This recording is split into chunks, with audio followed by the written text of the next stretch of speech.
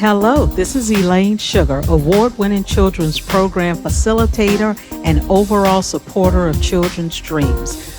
Welcome to the Empower Teen Self-Esteem podcast. We bring you ideas and resources that help teens shine and help ease parents' minds.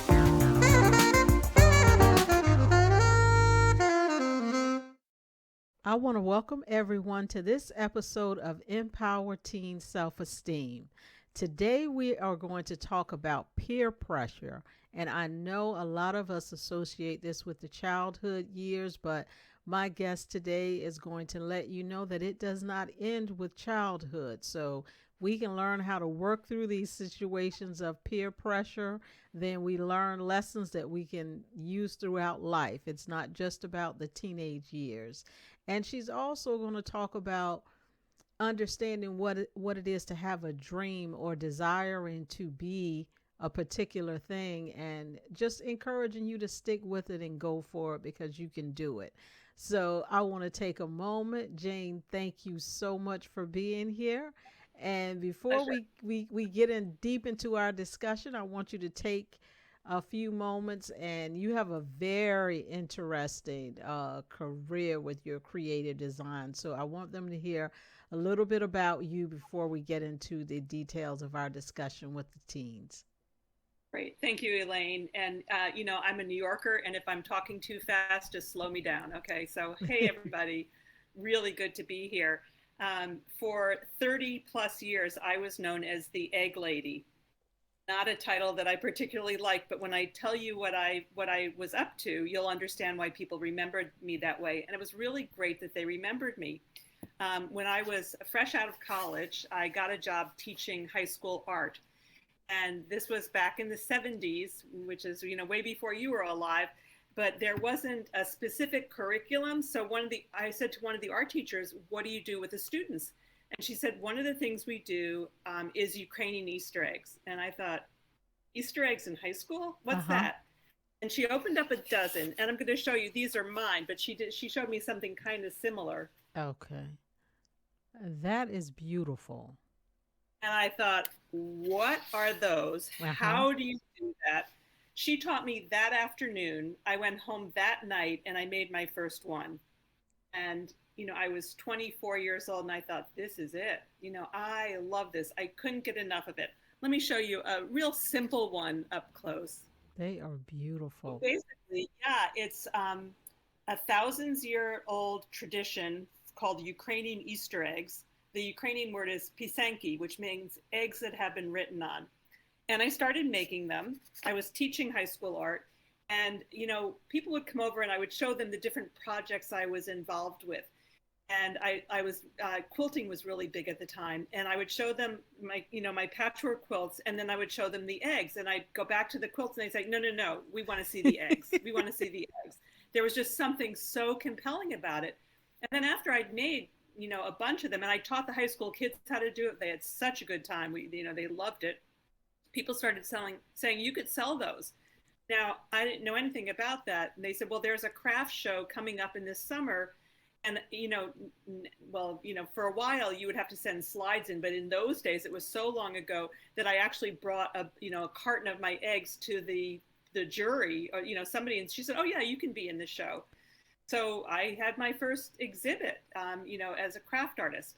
Now, I want to go back to when I was a kid, and this is where the peer pressure comes in. From the time I was in first grade, I would draw ballerinas, and the kids would all line up around my desk, and they say, can you draw one for me? So at the age of 6, my talent was recognized, and I would do very, they were all look the same, but I had a way of doing it, and people could recognize it, and they loved that. So I knew that I stood out for my art. And I was very, very shy. I'm still shy, but I've overcome a lot of that. And the art teacher would come to my classroom and she'd say, can Jane come out? I want to paint a mural. So I was known for my art. And then in middle school, which is a very hard time, which is probably where you are, you're growing, your body is changing. Every time I went to art, I got recognized for what I was doing.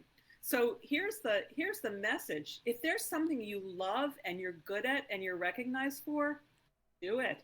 Yeah. Whether it's something artistic, dancing or singing or art or, playing video games, whatever is, your generation's thing, trust that that thing that makes your heart beat faster is yours. It's yours. So the funny thing is, when I was in high school, my parents said, you can't take art classes. It's not academic, Wow. and you have to go to, a very, prestigious school, Hmm. and you have to take, you can't take art. So it's Wow. like, okay. So I did, I took languages and sciences and all that. And then I was accepted at it was called a Seven Sister School, Mount Holyoke College. Mm-hmm. And I was accepted as something called a February freshman. I couldn't go until the second semester. And they Mm-hmm. said, you can go any place else for your first semester. And I went to a university in Washington, D.C. And they said, don't take English because you're going to have to take our English course. And they said, you have to take an art form. And I said, you have to take art? You have to take art? Whoopee. So I signed up for a 9-hour a week life drawing class at a very prestigious art school called the Corcoran School of Art and Design, which was affiliated with my college. And I just fell in love with it. Then I got up to Mount Holyoke, and they said, not only can you take art, but you can also major in it. And I thought I Wow. was getting away with something, I can major in art, and the Wow. thing is that any discipline that you're in, whether it's dance or art or theater or whatever, is challenging. Mm-hmm. It's not all just, slapping paint on something. There are decisions to be made, where, at whatever stage you're at. So I became a double major. I was a studio art and theater major because I wanted to design scenery and Mm. props and all the, program. Okay. So that was wonderful. And from there, I got the job teaching, where I learned this craft. So everything is connected. And Awesome. yeah, the point I want to make is, I didn't, people are often say, what would you tell your younger self? It's like, Mm-hmm. trust your gut. If you know you love something, no matter what anybody else is saying, probably mom and dad, but my parents were actually encouraging, which was, I was very, very lucky. Mm-hmm. They encouraged me. So I went with the art, and then I learned how to teach art. I got a degree for teaching art, and then I got this job, teaching art, and then I started exhibiting my work. And then I had children. So I stopped teaching and I started raising children. But what I would do is I would do a workshop on how to make Ukrainian Easter eggs.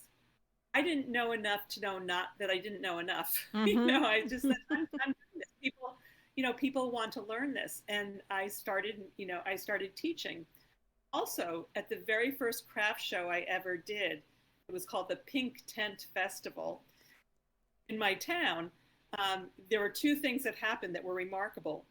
Strangers came up and bought my artwork. People Nice. gave money for my art. It wasn't my parents, it wasn't friends. It was Mm-hmm. people who said, they're beautiful.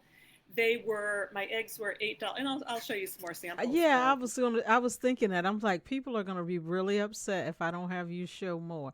Yeah, Now, so this is a very traditional one. Like every symbol, every color has a meaning. So white is purity, hmm. black is remembrance, red is love.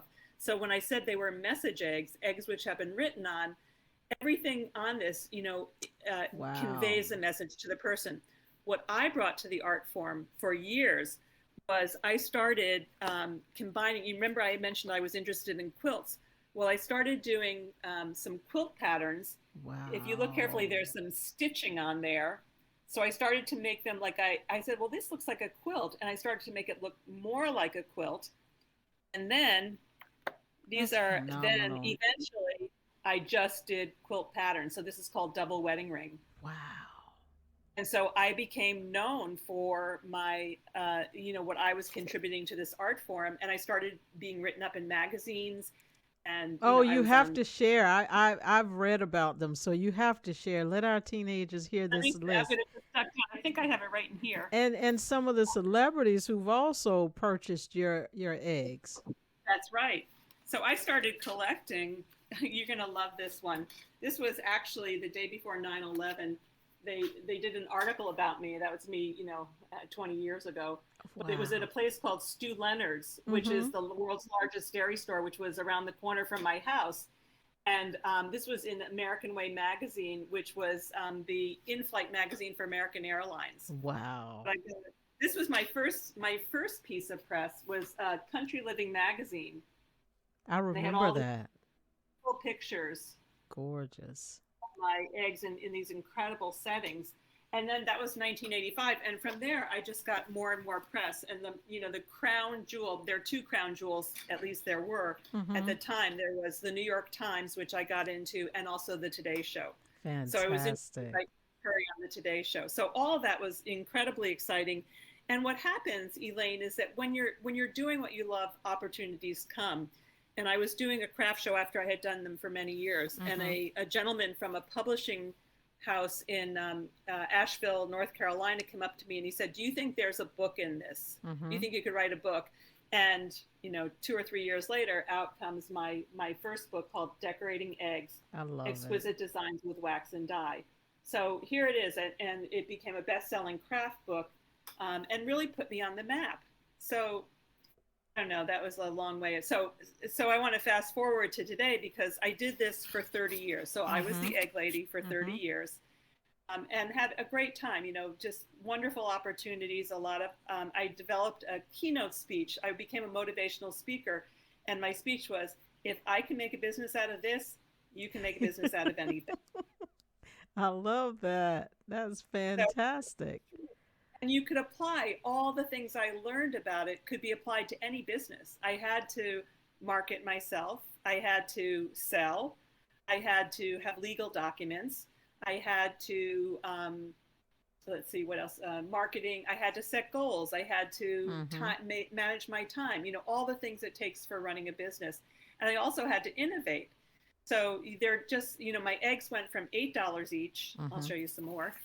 I love it. $8 each. Yeah, I would do that. Like when we were written up in the New York Times, I called the New York Times. I said, I think you should come to Connecticut. We're doing some really interesting things in my classroom, and they came. Nice. But one of the things was I was making them into place cards. So this was for my son Robert. Wow. We put them on the names. I made a Volkswagen egg. I don't have one of those. Oh, here's a funny one. I wanted to let people know that I accepted credit cards. So here's my MasterCard egg, and I had a Visa egg. So how long does it take you to make one? That was the number one question, and I started having some employees, so I could probably finish an egg within a few days. Mm. But the outline would take me a few hours, and then there are all the different stages to it. And then I wanted to do something that I could do more quickly, and so I made an ornament because Wow. it's just one color. It's just the white on the red ground. And these were extremely popular. So as my prices were going up and up, I would sell 3 of these for $100. My intricate eggs were going for 125, then 250, Wow. and by the time I finished, they were $480 each. Do you hear that, young people? You said it started what, your love of art, or your realization that it was your gift was when you were 6 years old? I was drawing. We were drawing in the basement of our house. We would draw on the walls. A friend of mine called me the cave painter of White Plains, New York. And I loved coloring. I just loved art. I don't know. It's funny. And my mother labeled us. She said, Jane's the artist, Mary is the writer, Mm-hmm. Andy is the funny one, and Barbara's the pretty one. Oh, wow. Isn't that something? Wow. I Wow. became an artist. The writer became a literary agent. My brother wrote comedy, and Barbara went into finance, whatever that means. Got Whatever that means. Wow, an that's MBA. but what an interesting story, because you said ultimately your parents were supportive, but initially Sure. they felt like art was not academic enough. Is that right? So when Right. did that change happen? And what message would you give to our parents today? Yeah. If you see your child, if it's not harming them, if it's not Mm, like harmful addictive, like I'm mm-hmm. not sure about video games. I'm not sure, but Right. my nephew was like into skateboarding and then into electronic music, and he became a DJ and went around the world, did a world tour as a DJ. And my brother, his dad was extremely encouraging. I would say go with that. My older daughter has written several books now, and she's become entrepreneurial. It's really wonderful. Mm-hmm. But she says, follow your interest. And then she Awesome. uses the name of the TV show. She said, don't curb your enthusiasm. Be enthusiastic about whatever it is. And from that, even if you start at the lowest level, you're going to grow into something that you may not have even imagined. Wow. Awesome. What great advice. One So, more thing, Elaine. yes, absolutely. My sister came, the writer came with me to a craft show once, and this was she was watching, and people would come by and they'd say, "Oh my God, your eggs are so beautiful," and then they'd ask the price, and then they would walk away because what do you do with a $125 egg? And they're Mm-hmm. fragile. So she said, I think if people could wear your eggs, they would buy them. And I'm thinking, two eggs hanging off her. I couldn't imagine it. But I thought she was onto something. And I figured out, I looked, Fabergé is the maker of these, Yes. really beautiful eggs. And they would have like doorways, they Mm-hmm. would have a hinge, and they were Yes. jewels. They were not real eggs. Anyhow, I'm looking at those and I'm seeing the doors, these ovals. And I thought, that could be a brooch, it could be a beautiful brooch. Mm-hmm. So I figured out how to cut the eggshells and how to reinforce them. So my earrings are actually eggshells. And I'll show you. Wow. See the curve of the shell? You can see the curve I there? can now. So these are eggshells. And I did them in the same technique. And then I filled them with epoxy so they would be unbreakable. And so people could start wearing my eggs. And it So, quadrupled my wow. sales because So, people wanted pins and cufflinks and earrings, and people could wear my eggs, and that was just tremendously successful. so I think I'm glad you slowed me down so that you could add that because there's a lesson in that for our young people. So Jane is saying she continued to pursue her passion, but she's also demonstrating that she listened to feedback, that she was noticing that, people were not purchasing her eggs like she wanted them to, and someone gave her a suggestion. And even though initially it might have seemed like, I don't think that would work, she considered it and she went back and she found a way to do it and it made a difference. So that she started selling 4 times as many eggs or egg products as she was selling before. So I think that's a really important lesson that Thank you for pointing that out because I forget there's so many things. So then I started talking about I started going on the stage and giving my keynote address and motivating people. If I can make mhm, a business out of this, you can make a business out of anything. But there was a limited audience for that, and I thought I want to broaden my audience. So here's another opportunistic thing I mhm, did. I'd written the book Decorating Eggs, which is a how-to, and it was beautiful. But I thought I have to write another book as a platform for me as a motivational speaker and expert in entrepreneurship. So I wrote my second book, which is called Soul Proprietor, and it's SOUL Proprietor, mhm. 101 Lessons from a Lifestyle Entrepreneur. Because I was not looking to take over the world with my business. I wanted a business that would work for me and my lifestyle. Being home with my kids, having a home based Yes. office, Mhm. doing work that I love. I was not the primary breadwinner. I was a supplemental to my husband's, more a higher paycheck. But I was also raising a family, so I wanted to let other people know not everybody wants to be a shark. Yes. Not everybody wants that. They want something that they love. I remember meeting a woman who said, if I could make $20,000 raising tomatoes, I would be incredibly happy. And I thought that's a formula I can support. Mhm. So my second book is Sole Proprietor, and it was 101 Lessons from a Lifestyle Entrepreneur. So I started talking about all the things that I learned, 101 different things that I learned as the egg decorator. And this did extremely well, and I began to get speaking experiences, all over the country, and that was great. So sometimes there you can have all the advice in the world and you have to pivot and do Mm. something different because I wasn't getting hired as an egg decorator. I was getting hired as a successful entrepreneur. Wonderful, wonderful lessons in these stories. And so you also wanted to talk about peer pressure and you also wanted to talk about the fact that it doesn't go away once you become an adult. So let's dig into that. Yeah, it's you know, I don't know if it's our culture, particularly America, Mm-hmm. where there's so much competition and there's TV and there are these ideals. And so I guess what I want to say is that, I'm thinking of a friend I made in my neighborhood who she did fantastic illustrations for Sesame Street magazine. She was a Wow. beautiful artist and illustrator. Mm-hmm. And the first time I showed my eggs to her, she looks at the cart and she goes, hmm. And I didn't know what that meant. Like, do you like them, or those stink? Or, what I'm saying is I'm very sensitive to feedback, Yes. and I don't know whether I asked her or not. And eventually, I mean, she bought some, so I knew that she liked them. But, especially artists, I think, are very sensitive. I think everybody is sensitive. Mm-hmm. But I think artists, particularly because we're putting ourselves out there, our song, our dance, our bodies, our art, and people are judging it. So Mm-hmm. I've always been sensitive to it, and I'm very attracted to people say, "You're so talented. Those are beautiful. I love them." And I'm afraid of people who say, hmm, Who would say that, Jane? They are gorgeous. I want thank to you. I want to ask you a question, and I'm going to say that it's on behalf of my young people, but I'm curious for myself. So I'll ask Good. for them and me.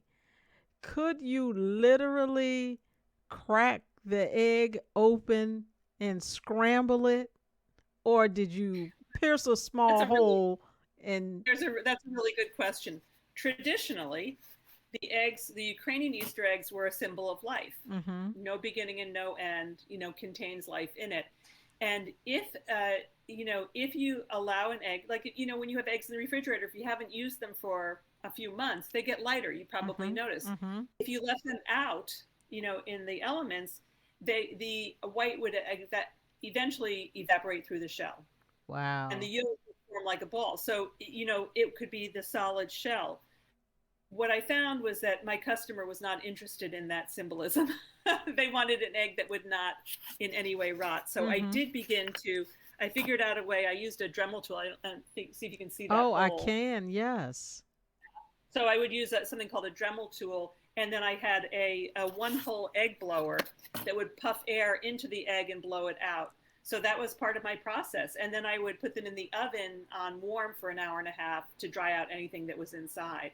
And then I also designed a stand. Actually, I think We would love to see it. This is like show and tell. well. So yeah, here it is. I have one right nearby. Oh, So I I had a see. stand, and then the egg would sit on that. And then to set it up to say this is art, I did a glass dome over it. So I would Hmm. sell it as a complete package. So people would say, Adorable. what do I do with it? You put it on your mantelpiece, you put it on on a shelf, and that increases the value because when you say something is art and is to be looked at, then they respect it. And also to give it a very high price. What I want to say is that, as life, there's a saying, life on life's terms. And so I stopped doing the eggs in the early 2000s. I was like, I had said everything in eggs I needed to say. I was Mhm. done. I didn't know. I was like, I'm done. And then I started coaching, and I coached women entrepreneurs to do what, follow their passions. And I've been doing that successfully since, for 19 years now, and I love it.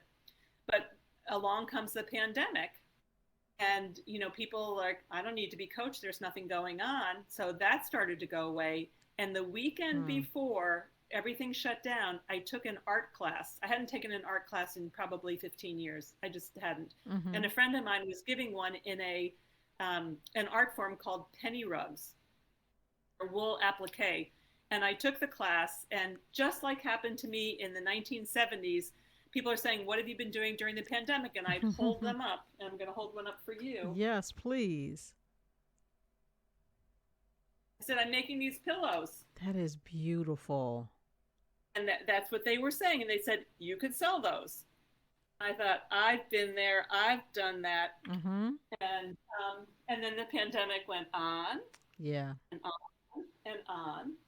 And I opened an Etsy shop. And so I am making these penny rug pillows. This is a set. I make Beautiful. These are based on Monet's watercolors, water lilies. So these will How be beautiful. transformed into a pillow.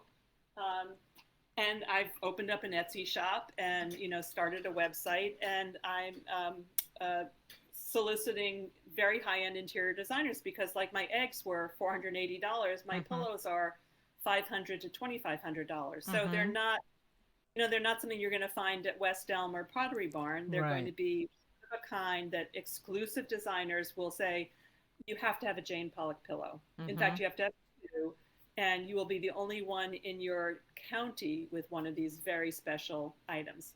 So I've learned how to, talk about peer pressure. I've learned how to value myself and what I do Mm-hmm. and know that it's a rare and beautiful thing. And I think that's part of peer pressure. It all starts, it's an inside job. Yes. I had to feel good enough about myself. And that's a lifetime of work. That is not something that's, like, here's the lesson, go out and have self-esteem. It's one day at a time doing esteemable acts. And that's what I've been doing over the last, 30 or 40 years. So, I love that esteemable acts, doing yeah. things So, that build you up.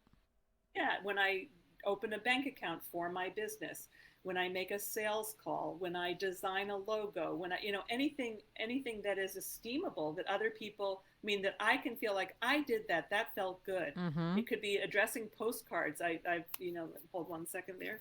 Okay. I'm This sending is postcards, the posting, best you can, show in this is my website. we almost need to come up with another name for that because that is so beautiful to call that a postcard. That is gorgeous. So, and I learned how. So, this is an estimable act. I'm on PowerPoint. It's like, how do you get an image inside the circle? Mm-hmm. And I went on YouTube and I Oh, figured how to do it. And I just like, yes, I know how to do that now. That's esteemable. I So love that. all of those things are just wonderful for building yourself up because there's so much in life that tears us down. You're So too this, you're true. too that, you're not enough of this, you're not enough of that. And so when we do it from the inside out, nobody can take that from you. I love it. How wonderful. I am going to remember those words, esteemable act. I'm definitely Mm-hmm. using that when I'm interacting with All young yours. people. Thank you. It's all, Jane yeah. Pollock Special. I didn't So, make it up. yes. So, I know our young people out there love hearing about celebrities. So, who are some of the famous people who have Jane Pollock eggs and Jane Pollock Oh, pillows? well, it's now several years now, but Steve Jobs, founder of Apple Macintosh computers. My art was on the cover. Let me see if I can pull up that image. Take your time. It's worth it. Yeah, you talked about, following leads, taking advice. Mm-hmm. Here it is. I also got a lot of help. I had people working for me, and this one girl, she was either in high school or college. She Mm-hmm. was an art student, and she came in one day, and she's carrying a catalog. And this is in the days when your mailbox was filled with catalogs, and it had a cow on the cover. It's like, why are you showing me that? And she said, "There's a contest. It's called Flax Art and Design." Let me just cover this up.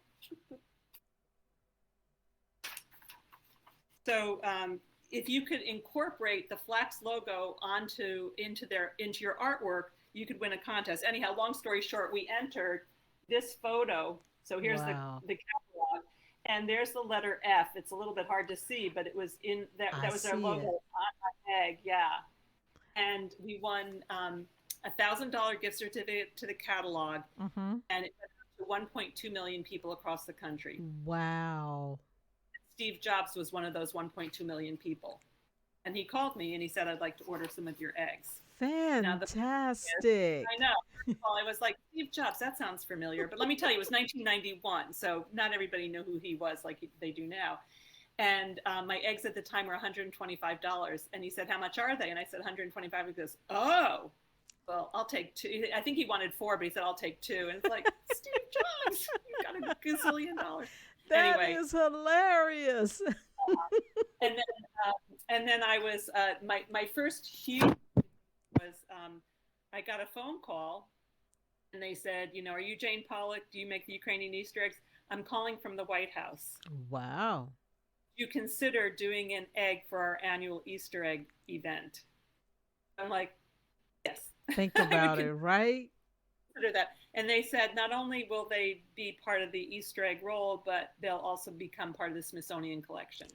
Wow. How special is that? That was my first credential, and it's the only time I can't figure out where that came from. Mostly, I can say, well, this person picked Trace up it my back.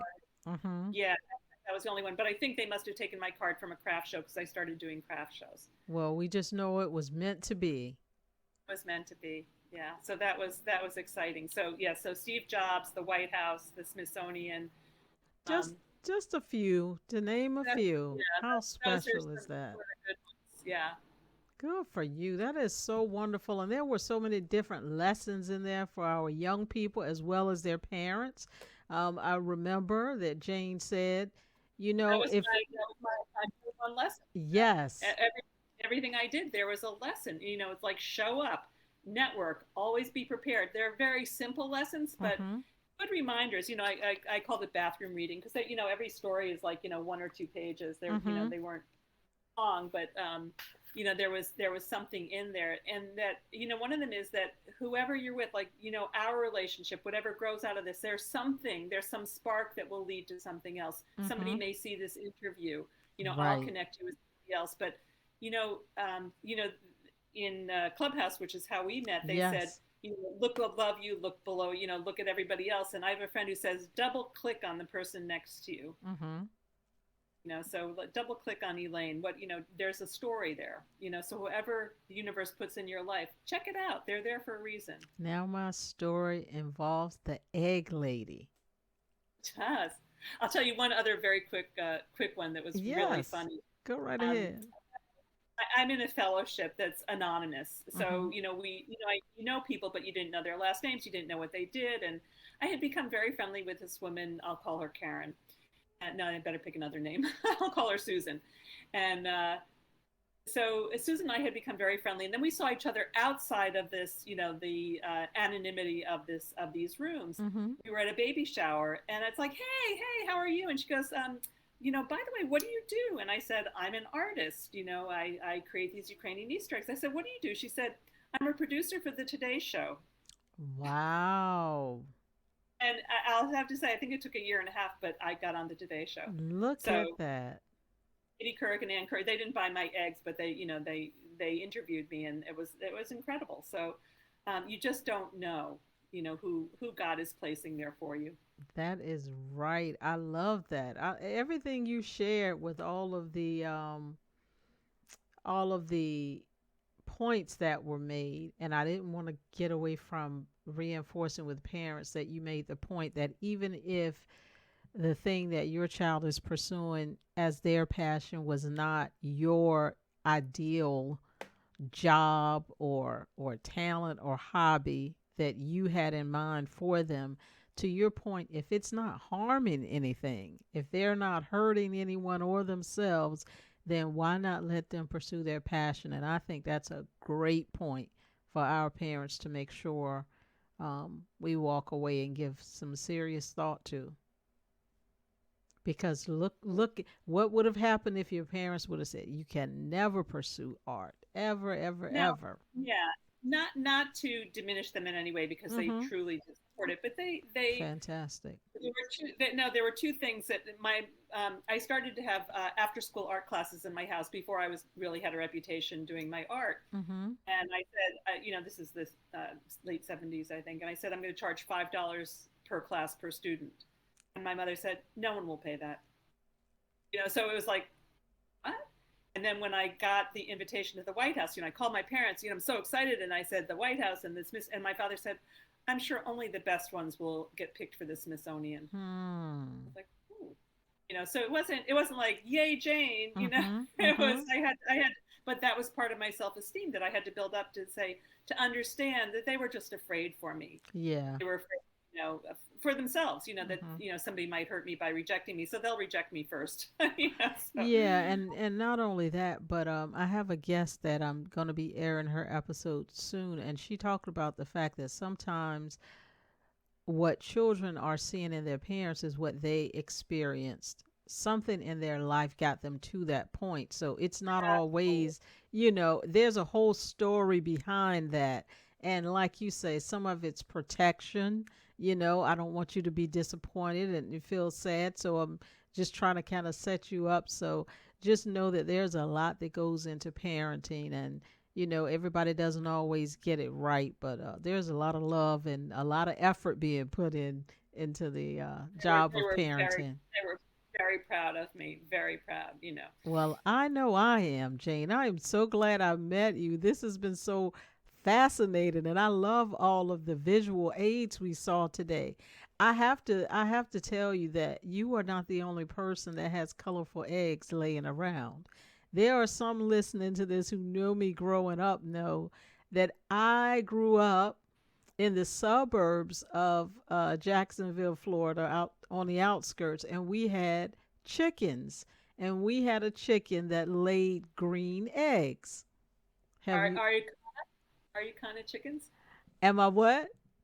I think they're called Araucana chickens. Oh, see, you know the name, but I There's a, hadn't. and you know how I learned that. Martha Stewart would talk about her green and blue eggs. Yes, So I yes. became an expert in, duck eggs and quail eggs and ostrich eggs, all of that. I really began to understand eggs in a way that, the average person would not. So yeah, I know what you're You talking would about. have to if you're the egg lady. Now, I should stop calling you that. I should ask you first, did you like that name? I hated it. Did I you? hated Do you it. still Well, do now? well, I mean, nobody, people hardly remember it, but I felt like I was Humpty Dumpty. It's like I didn't Oh, want that association. It's not, the egg lady. If they called me the movie star, that. But an egg lady does not conjure up something elegant and, but what those I. eggs, I know. that's beautiful. Well, I Yeah. cannot thank you enough. So, do you want to make sure that everyone knows how they can connect with you, how they get to your website? You bet. I have two websites. I have Jane, and my name is Jane Pollak, Pollak. A lot of people slip a C in there. It's Mm. Pollak. So there's janepollak.com, which is it's my art, my coaching, and my books, and all of my press. And then there's Jane Pollak Designs, which is strictly for my new art form, the pillows and the wall hangings. So Wonderful. Jane Pollak and JanePollakDesigns.com. And that's the best place. And also Instagram, Jane Pollak. And I have 927 followers now, and I would love you to follow me because I'm posting almost every day, which is, it's Mm-hmm. starting a whole other thing for me to be doing photography and like what will interest people today. And today I got a compliment from the woman who helped teach me. I keep learning. I'm still learning. Good for you. And she said, you have the best BTS that I've seen. And it's like, what's BTS? Like, is that something dirty? And she said, behind the scenes. So I show Oh. my scrap piles, I show works in progress and all that. And I'm learning how to do reels, and stories still elude me. But Oh, well, um, Jane, maybe you can teach me because I still have no idea. yeah, it's, You, it's an art form. But, anytime you want to learn something, you have to really sit down and devote yourself to it. yeah. All the distractions, and you're a smart person, you figured out how to do this, Elaine. I don't know how you you figure out podcasting, so, We, or we video. So we are figuring it out as we go along. Trust me. now there's a good friend of mine, Terry Lonier. She was a phenomenal entrepreneur. She went on to her PhD, and and teaches entrepreneurship. But she said, one of the top 10 things with entrepreneurship, number one is make it up. Just make it up. Right? I love that. Right? Just make it And we up. do. We do. I mean, Yeah. even though I've been listening to Obama's been on a bunch of podcasts, and he goes, and Michelle was like, we don't know what we're doing. We're all just pretending, We're just saying one going step ahead, along. just going along. Well, listen, you have given our teens and our parents some things to think about, some things that can help them as they go along. So I cannot thank you enough for being here today, opening your shop to us and showing us. If there's anyone listening to this podcast, you need to actually go back and look at the YouTube video to get the fullness.